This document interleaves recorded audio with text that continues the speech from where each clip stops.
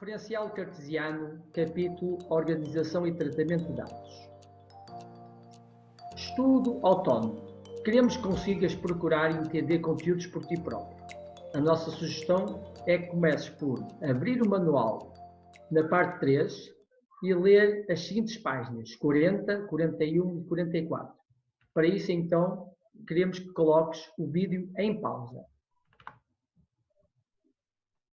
Agora que lestes as páginas 40, 41 e 44, vamos agora colocar novamente o vídeo em play, para juntos rever aquilo que acabaste de estudar.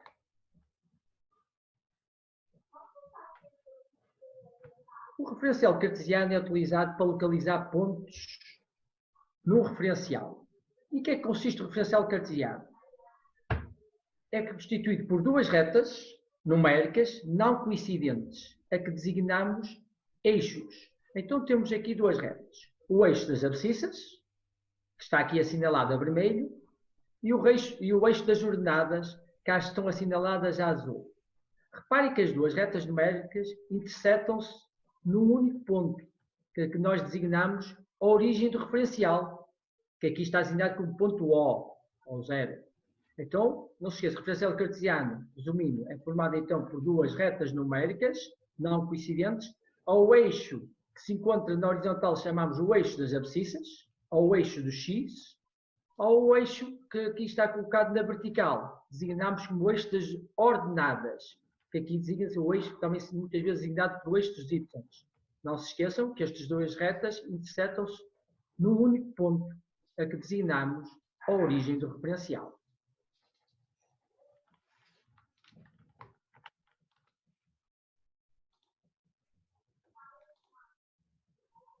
Este referencial cartesiano, que é um referencial cartesiano ortogonal. Repare que estes dois eixos são perpendiculares entre si. Pelo facto de ser perpendiculares, designa-se como referencial cartesiano ortogonal, porque nem sempre isto acontece. Reparem também no seguinte. Vamos olhar para o eixo das abscissas. Repare que a unidade de comprimento, quer no eixo das abscissas, é de uma quadrícula. 1, 2, 3 e assim sucessivamente. Vamos olhar agora para o eixo das ordenadas. Reparem, 0, 1, 2, 3. Reparem no seguinte, a unidade de comprimento é igual em ambos os eixos. Por esse facto, dizemos que este referencial cartesiano é monométrico, porque isto nem sempre acontece. Então temos aqui um exemplo, um referencial cartesiano ortogonal, porque os eixos formam ali um ângulo de 90 graus, são perpendiculares entre si, e monométrico, porque a unidade de comprimento é igual em ambos os eixos.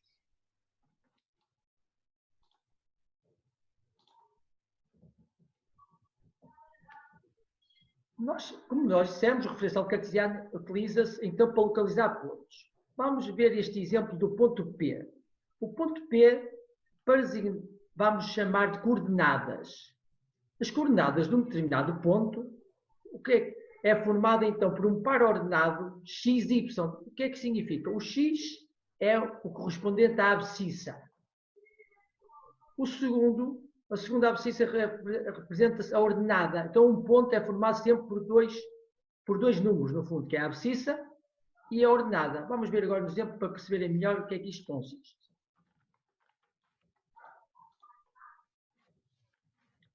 Temos aqui o exemplo do referencial cartesiano ortogonal monométrico, que nós temos, porque os eixos são perpendiculares e as unidades de comprimento são iguais em ambos os eixos. Como é que nós então localizávamos o ponto A? Reparem o seguinte, olhando aqui, tendo como referência aqui a nossa origem, que é o ponto O, reparem que o ponto A, quanto é que se deslocou? Deslocou-se 1 no eixo das abscissas, 1 para a direita no eixo das abscissas, e quanto é que se deslocou no eixo das ordenadas? Reparem, 1, 2, 3. Então podemos dizer que o ponto A tem de coordenadas 1 de abscissa e 3 de ordenada. Então o ponto A tem de coordenadas 1, 3. Uma coisa que é importante é que o primeiro vemos sempre no eixo das abscissas e depois é que é no eixo das ordenadas. Então, o ponto de coordenadas 1, 3 quer dizer que eu dou 1 de abscissa e eu tenho o valor 3 de ordenada. É o ponto 1, 3, ponto A. Reparem que o ponto O que é a origem, o que é que tem? tem coordenadas 0, 0. A origem referencial é sempre ponto de coordenadas 0, 0. Porquê? Porque não se deslocou quer no eixo das abscissas, também não se deslocou no eixo das ordenadas. Daí a origem ser o ponto de coordenadas 0, 0.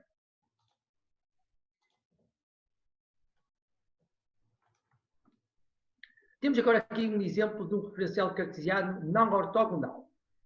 Por exemplo, as coordenadas do ponto B. Repare quais são as coordenadas então do ponto B. A lógica é a mesma. Vamos ali à origem do referencial. O que é que nós temos? Temos da abscissa, o ponto B tem da abscissa quanto? Exatamente, tem da abscissa 1. E de ordenada? Exatamente. Basta ali deslocar, fazer uma correção. O que é que temos? Temos de ordenada 2. Então podemos assim afirmar que o ponto B tem de coordenadas 1, 2. O professor Ricardo agora continua. Ainda tem aqui, ui, caraças, aqui um erro técnico, também tem o ponto C. Nós estamos aqui em duas casas separadas, o que dificulta sempre esta tarefa. Eu estou a avançar com os slides e o professor Manuel estava a tentar descrever. Temos também o ponto C. E como é que é o ponto C? É exatamente igual, né? Por isso, aqui temos que avançar 4, né? Olhem aqui as abscissas, né? Abscissas que é o eixo do X. 1, 2, 3, 4. Por isso estão aqui a ver o 4. Perfeito. E no eixo dos y, né, ou o eixo das ordenadas, nós temos que andar 3 unidades. 1, 2, 3. Ou seja, o ponto C, mais uma vez, tem de coordenadas 4, 3. Então, isto é sempre igual. Agora, vamos fazer aqui um exercício de praticar. Quero que vocês, à medida que eu vou explicando o exercício e vou levantando as questões, se quiserem colocar pausa para tentarem descobrir por vocês próprios, podem colocar pausa e depois voltar para verem as soluções. Então, por exemplo, o primeiro caso, o castelo. O castelo, onde é que ele anda? Vamos considerar o castelo C, né? Esta figura aqui. Quais são as coordenadas do castelo? Mais uma vez, começamos sempre, né? Que o primeiro algarismo é sempre das abscissas. Uma casa, duas casas, ok? Anda 2 casas nas abscissas e nas ordenadas. Anda apenas uma. Ok? Então, qual seria o ponto, as coordenadas do ponto C? Seria o ponto 2, 1. Ou seja, de abscissa 2, de ordenada 1. Outro exemplo. A roda gigante. Olhem a roda gigante. A roda gigante tem aqui uma questão que às vezes enganamos. Quanto de abscissa nós temos? Nós temos que andar quantas casas? 1, 2, 3, 4, 5. Para chegar aqui à roda gigante. E no eixo das ordenadas, temos que andar a alguma casa? Não, né? Porque o ponto G está coincidente, né? Está aqui a tocar o eixo das abscissas. Por isso, qual será então as coordenadas? Exatamente, então, essas as coordenadas é o 5 de abscissa e o 0 de ordenadas. Isto às vezes confunde, né? As coordenadas e as ordenadas. Então, abscissas e ordenadas, né? E definimos as coordenadas. E as coordenadas, no fundo, é o par ordenado, que é constituído pela abscissa e pela ordenada. Exatamente como o professor Ricardo estava a falar. E agora o último, o A. O A é o autocarro. Olha bem, notem que agora é outro exemplo, né? É um ponto que abscissas, quanto é que temos que andar? Não temos que andar nada, né? Ele está aqui no abscissa 0. E ordenadas? Temos que andar 2 casas. Então será o ponto de coordenadas 0 da abscissa e 2 de ordenada, o ponto 0, 2. Eu vou acrescentando então aqui até, olhando aqui para a imagem, repare, por exemplo, no caso do ponto B e o ponto F. Ora, reparem para os dois. O que é que eles têm de semelhante os pontos B e F? Reparem que ambos têm a mesma abscissa. Qual é que é a abscissa? 3. O que é que os diferencia? É que o F tem de ordenada 2, enquanto o ponto B tem de ordenada 4. Mas se perguntasse 2 pontos que tivessem a mesma abscissa, podíamos dar este exemplo. Os pontos B e F têm a mesma abscissa. Outra coisa que o professor Ricardo disse, e é importante também ficarem sempre com isso presente, é que aqueles pontos que interceptam os eixos, por exemplo, no meu ponto G, que eixo é que interceptava? O ponto G encontrava-se no eixo das abscissas. Todos estes pontos que estão nos eixos das abscissas vão ter ordenada 0. Por exemplo, o ponto G tem coordenadas 5, 0. Todos estes pontos que estão neste eixo vão ter sempre a ordenada zero. O mesmo acontece com os pontos que estão no eixo agora das ordenadas, como o ponto A. Repare que o ponto A, o autocarro estava no eixo das ordenadas. O que é que tem? Tem de abscissa zero. Isso é importante, sempre que estão nos eixos, se for no eixo das abscissas, a ordenada é sempre zero. Todos os pontos que se encontram no eixo das ordenadas têm de abscissa zero. Não se esqueçam disso. Isso mesmo. Agora, temos ainda um exercício parecido, mas ao contrário. Ou seja, nós queremos localizar os pontos quando nos dão umas coordenadas. Imaginem que isto era um mapa, né? Isto é muito utilizado, por exemplo, em mapas, nós vamos ver mais à frente. Então imaginem que eu vos dou aqui um ponto de coordenadas 2, 3. Qual seria a figura que eu me estou a referir? Então como é que vocês fariam? Vou-vos ajudar. Então 2, o primeiro algarismo é sempre nas abscissas, por isso temos que andar 2 casas para este lado, e depois nas ordenadas temos que andar 3. Imagina, estamos aqui, agora andamos 3 nas ordenadas. 1, 2, 3. Então será um ponto que vai intersetar estas 2 retas que criamos. Estão a ver? Daqui para aqui, logo, estamos a falar daqui deste edifício que chamou-se, deixa eu ver como é que se chamou aqui, chamou-se o ponto E. O ponto E, aqui uma catedral, qualquer coisa.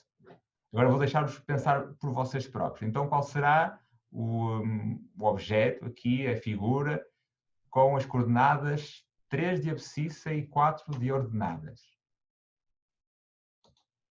Bom, se disseram a resposta B está certo. Ou seja, 3 de abscissas, 3 aqui neste lado, e depois 4 de ordenadas, sobem 4. E vão ter ao ponto B. Excelente.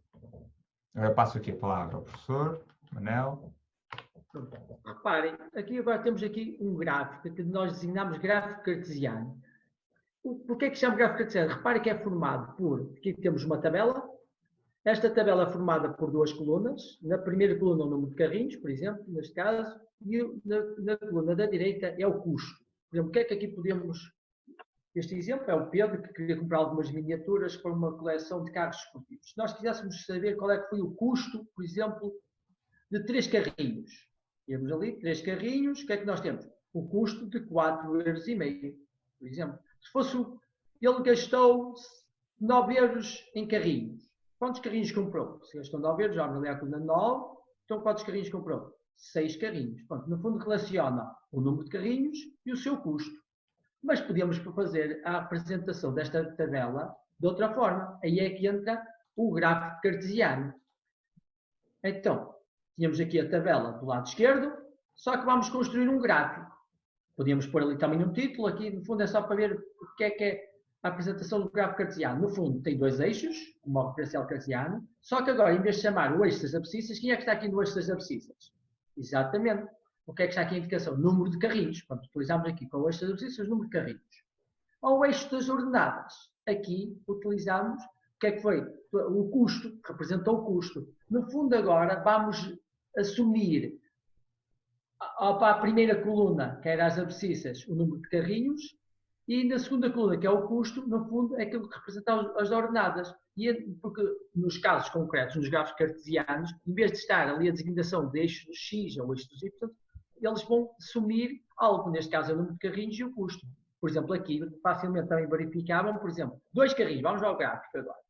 2 carrinhos, qual é que era o preço? Vamos olhar que aparecia só o gráfico. 2 carrinhos, temos aqui o 2, qual era o custo? Íamos agora ali, qual era o custo? Exatamente, 3 €. Por exemplo, aquele exemplo que eu dei ali ainda no slide anterior. Por exemplo, com 9 €, quantos carrinhos é que ele comprou? Vamos aqui ao 9 €.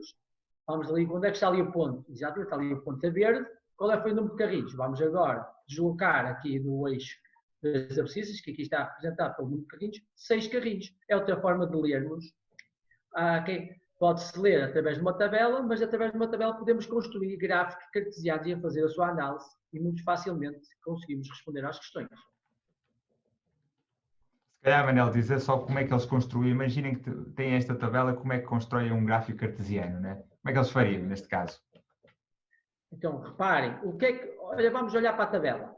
A tabela, o que é que tinha aqui? Número de carrinhos de 1 E custo 1,5, 1,5 euros. Então qual é que é o ponto? Exatamente, é o ponto 1,5. 1 para a abscissa e 1,5 para o custo. 1,5. Por exemplo, nós vamos ali pegar noutro ponto. O ponto, como é que eles construíram? Ponto 2, 3. 2 carrinhos e 3 para o custo. É o ponto de coordenadas 2, 3. Então 2 para a direita, que é o número de carrinhos, e 3 para cima. Exatamente, que é o custo. O ponto de coordenadas 2, 3. E assim sucessivamente.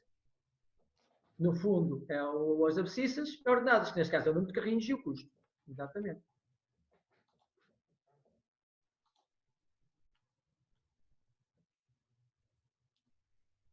Por isso, em síntese, vimos então aqui duas coisas importantes. Primeiro, que a origem do referencial é sempre o ponto de interseção entre estas duas retas, né? Que é este ponto aqui. Chamamos ao eixo do X, que é esta linha horizontal, o eixo das abscissas, e chamamos ao eixo vertical, que é o Y, o eixo das ordenadas. E com estes dois eixos, né, este referencial cartesiano, nós podemos definir coordenadas. Né? Coordenadas estas que são construídas da seguinte forma. Né? O ponto, por exemplo, neste caso o ponto P, vai primeiro dizer onde está a coordenada nas abscissas, que é o X, e logo a seguir, separado por uma vírgula, o ponto das ordenadas, que está representado no eixo dos Y. Lembrem-se que quando vocês fazem este tipo de exercícios, as abscissas têm que ser sempre o primeiro, não é? Imagina que tem aqui o exemplo de um ponto que é um 2, 3, não é? E um ponto que é o 3, 2. Não é? Vocês conseguem logo perceber que isto são pontos diferentes, não é? Por exemplo, vou tentar representar aqui o 2, 3 neste lado, neste referencial. Então o 2 das abscissas, 3 nas ordenadas seria este ponto aqui, e este ponto P, vamos chamar aqui o P1 e o P2. Este era o P1. E o P2 era 3 de abscissas e aqui 2 ordenadas, que daria mais ou menos aqui. Então estão a ver, se vocês alterarem esta ordem, vão dar dois pontos totalmente diferentes. Isso é importante realmente seguirmos este processo para criar as coordenadas, está bem? Que é a primeira abscissa e depois a ordenada. Falamos também de quais são os tipos de referenciais, o ser ortogonal, o que é que isso significa? Que tem aqui um ângulo de 90 graus, né? Não ortogonal seria qualquer coisa deste género, ou seja, em que este ângulo é diferente de 90, estão a ver? E falamos também de serem ou não monométricos. O que é isso de monométricos? É que esta distância entre as unidades é sempre constante, é igual independente em ambos os eixos. Está bem? Como este caso, como este exemplo que estão aqui a ver.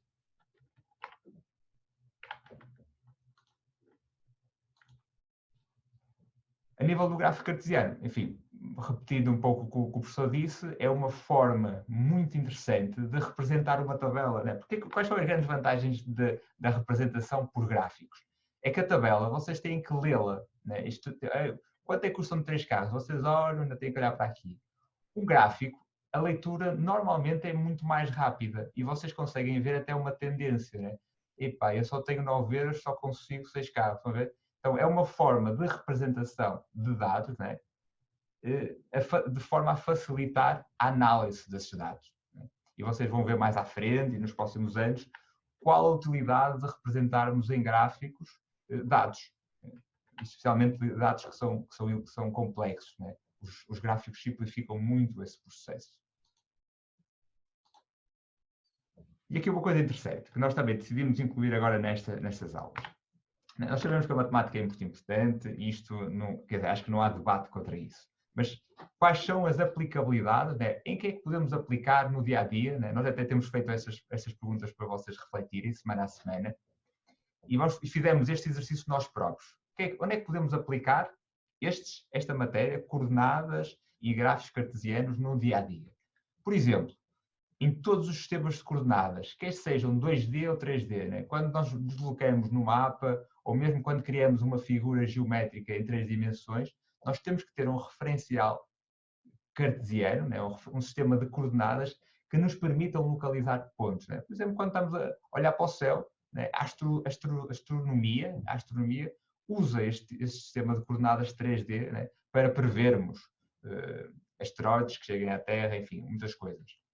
Construções de videojogos, por exemplo, quando nós estamos a jogar um videojogo online, a movimentação dos vossos avatares, né? Ou das vossas figuras, ela move-se segundo um eixo de coordenadas cartesiano. Ok? Nunca tinham pensado nisto, né? E, por exemplo, impressões. Sempre que estamos a mandar imprimir alguma coisa no computador, a impressora tem um sistema complexo de coordenadas cartesianas para que ela consiga, né, desenhar aquilo que nós mandamos imprimir. Também é segundo este eixo de coordenadas. E pronto, e consegues-te lembrar de outros exemplos? Fica aqui o desafio. Se quiserem, depois mandem-nos aqui nos comentários da turma. Nós estamos a contar com as vossas ideias, ok? Sua ideia. E vou terminar por vos dizer aqui uma coisa importante. Né? Sabias que tudo o que tu escutas apenas, né, ou que lês, fica na tua memória com uma determinada percentagem. E, por exemplo, tudo aquilo que lês de um livro ou que escutas apenas, 80% das coisas vais esquecer. Né? Só vais ficar com 20% de retenção. Para isso aumentares, né, para essa capacidade de memória, para ficar bem gravado em ti, nós temos que passar para métodos ativos de aprendizagem, que têm a ver quando tu praticas ou quando tu ensinas os outros. Então repara bem, se tu ensinares os outros ou praticares, tu já vais conseguir reter aquilo que aprendes em mais de 80%, né, que é super fixe. Então o que é que vamos fazer agora? Vocês sabem, né? Vamos praticar. Hora de praticar. Podes colocar o vídeo em pausa ou não necessitas, isto também está aqui no Classroom, vocês podem ver, mas podem seguir este esquema. Meter aqui em pausa, tentar resolver os exercícios, neste caso 1, 2 e 3 da página 42 e 1 e 2 da página 46, e se tiveres dúvidas, voltas atrás e revês o vídeo novamente, que vai te ajudar. Se mesmo assim tiveres algumas dúvidas, tenta ler o teu manual, vai-te ajudar. Se mesmo assim não conseguires, depois fala connosco, está bem? Nós estamos aqui para ajudar, já sabem. Olha, um bom trabalho agora e vamos lá então fazer os exercícios do manual. Falta aqui só um aqui para os heróis, falta aqui o extra time. Exatamente. Aqui os heróis, aqueles que tiverem muita vontade e resolverem rapidamente os anteriores. A prática perfeita só é atingida, aliás, a perfeição só é atingida pela prática perfeita. Né? Então aqui em matemática nós temos que praticar muito. Então ficam aqui exercícios opcionais para quem conseguir completar os anteriores, está bem? O exercício 4 e 5 da 43 e o exercício 3 da 46. Sr. Manel. Fiquem bem. Olha, até a próxima. Vamos lá, vamos ao trabalho. Estamos aqui, já.